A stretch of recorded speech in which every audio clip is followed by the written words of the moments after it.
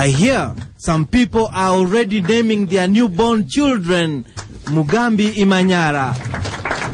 Mr. Imanyara, being a nationalist that he is, I'm sorry we misunderstood him at the beginning. Call it chance or tact or just playing smart. But this man Imanyara, you have to admire his tactics and timings. Listen to him. Actually, I am not a spoiler. I'm not an extortionist. Then that sheepish smile, very calculated. He knows what he wants and he's going for it. And the Resistance Party symbol. He made a Gwambo's day, and that's all that mattered. There are very rare occasions when I am overwhelmed and lack words to express myself. But this is one of those occasions. Exit Mugambi Imanyara. All the delegates throughout the country will be assembling in Thika. Enter Gitobu Imanyara. The issues that face the party can be sorted out well in time for the general election in December. That is the purpose why Mr. Manzo has decided to change tact. And on matters of parties, honestly, the Merungais rule. Funded by Kenyans. People are talking about you now. And they're talking about. And as one friend of mine told me, they are going places. Talking of going places, MPs just won't go home. Just because the vice president said that MPs are tired? Before he's not tired, just not yet. But once a route whose name means nose has nosed some trouble back home. All of you know that there has been insecurity in Mount Elgon.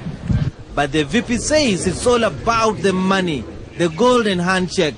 It appears like our VP has turned into a prophet. Of late, he knows what we shall discuss tomorrow. That is all that I can answer him. Still on MPs, are you the engineer who engineered that contentious clause in the media bill? Yeah, to see. Yeah. For that you are on the dock. What do you have to say in mitigation? Maybe there is a misunderstanding as to what I meant or what the meaning of the amendment which I brought.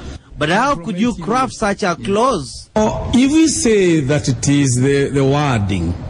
Time to pass judgment, sir. The media declares. Yes. How many more questions do we have? Excuse me. Saved by the bill for now, but very confusing times they are for engineers and all. The smiling AG is thinking, if it was within my powers, I would just take that media thing and hurl it away. Hope that's what he's thinking. Still on matters of thinking, politicians all of a sudden are realizing that deals are struck better in the dark. You are having a cup of tea? And tea, it seems, now tastes sweeter in the dark. What were they up to anyway? Generally, the crop situation in Rift Valley, it's purely politics. That contradicts you, sir. Yeah, even sitting together is a political statement. Well said. Then we also caught up with the men of Mulembe.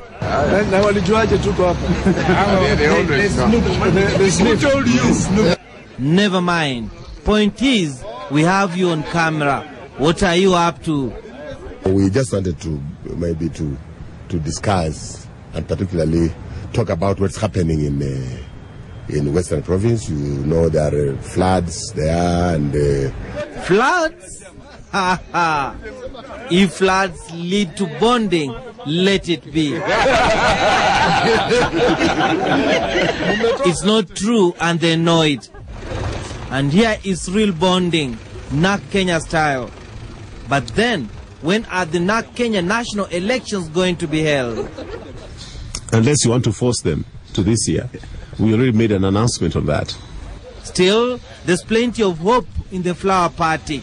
And I'm hoping very soon ODM will also be supporting this president.